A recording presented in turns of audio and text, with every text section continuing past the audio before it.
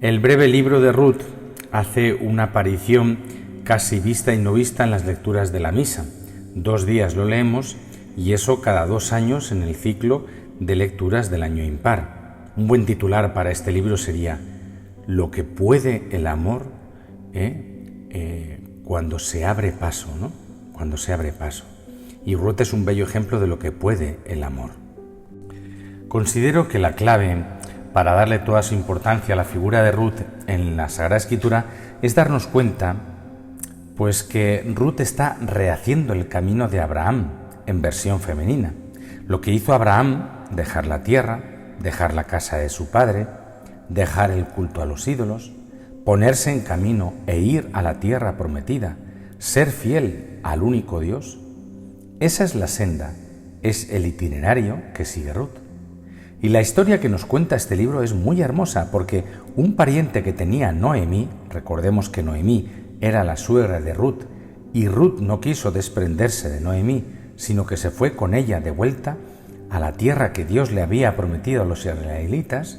Bueno, pues Noemí tenía un pariente por parte de su esposo, nos dice el texto de hoy, y ese pariente se llamaba Booz.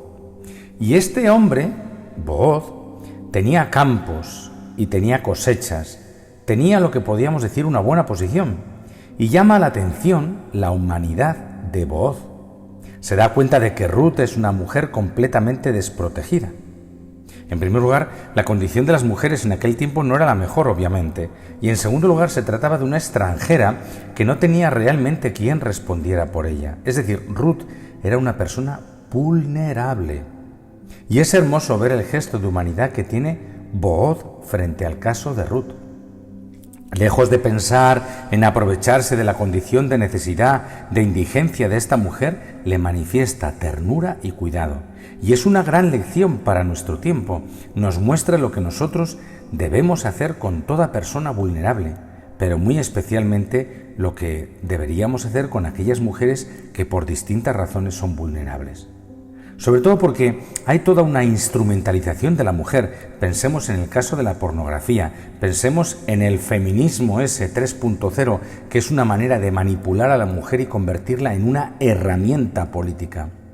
Pensemos también en las diferencias emocionales que muchas mujeres tienen, pues por ejemplo, por falta de un padre o por una familia disfuncional. Y cómo muchas de esas mujeres así vulnerables luego son explotadas también emocional, afectiva e incluso sexualmente. Por ejemplo, podremos conocer a lo mejor parejas en algún momento, ¿no? de mujeres que eran profundamente vulnerables emocionalmente y buscar un refugio, buscar un soporte, por ejemplo, en la persona de un novio. Y entonces ese novio, viendo que esta mujer de alguna manera está buscando refugio, lo que hace es aprovecharse de ella, convertirla en un juguete, convertirla en un objeto de explotación para después desecharlo y decirle: yo nunca te prometí nada de esto.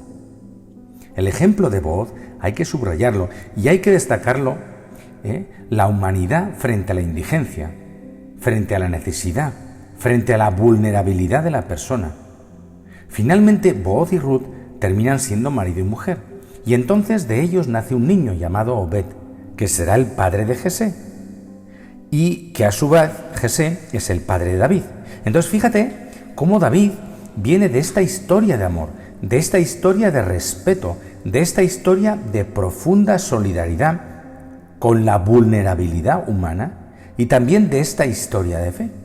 Podemos decir que por el lado de Booz vino esa solidaridad, esa fraternidad, vino esa cercanía, y podemos decir que por el lado de Ruth vino esa fidelidad, vino esa auténtica fe. Qué hermoso saber que en los orígenes de David está la compasión y está la fe, porque esos son los 2 grandes atributos de Dios en el Antiguo Testamento, la misericordia y la fidelidad, grandes ejemplos que nos dejan Ruth y Booz. Y pasando al Evangelio, no estaría de más recordar aquellas palabras del apóstol San Pablo que nos invita a considerar el Evangelio no como palabra humana, sino cual es en verdad como palabra de Dios. De este modo podemos acoger con fe las advertencias que Jesús dirige a nuestra conciencia para asumir un comportamiento acorde con ellas.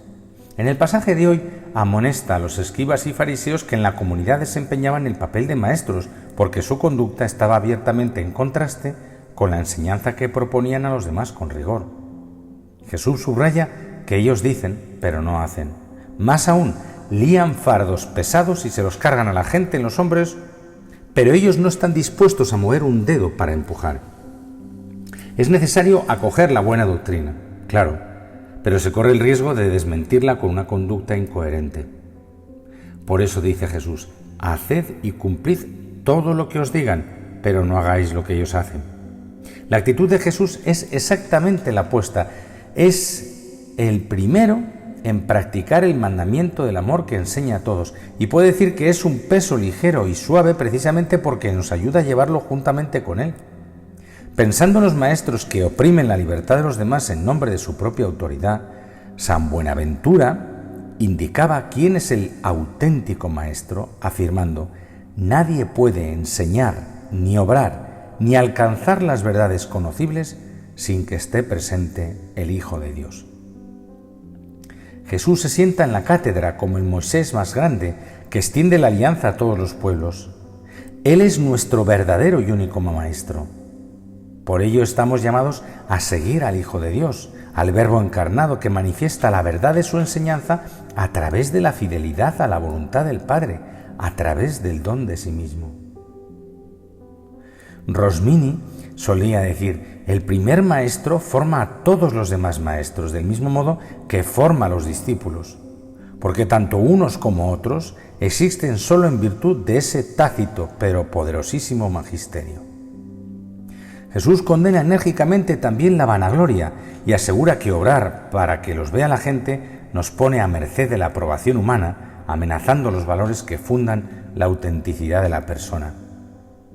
El Señor Jesús se presentó al mundo como siervo, se despojó totalmente de sí mismo y se rebajó hasta dar en la cruz la más elocuente lección de humildad y de amor.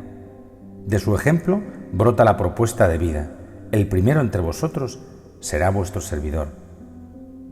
Hoy invoquemos la intercesión de Santa María y pidamos de modo especial por aquellos que en la comunidad cristiana están llamados al ministerio de la doctrina, para que testimonien siempre con obras las verdades que transmiten con la palabra. Y no solo hablo de los sacerdotes o de los obispos o del Papa, ¿no?, sino también de catequistas, padres de familia, etcétera, etcétera, etcétera. Feliz día para todos. Amén.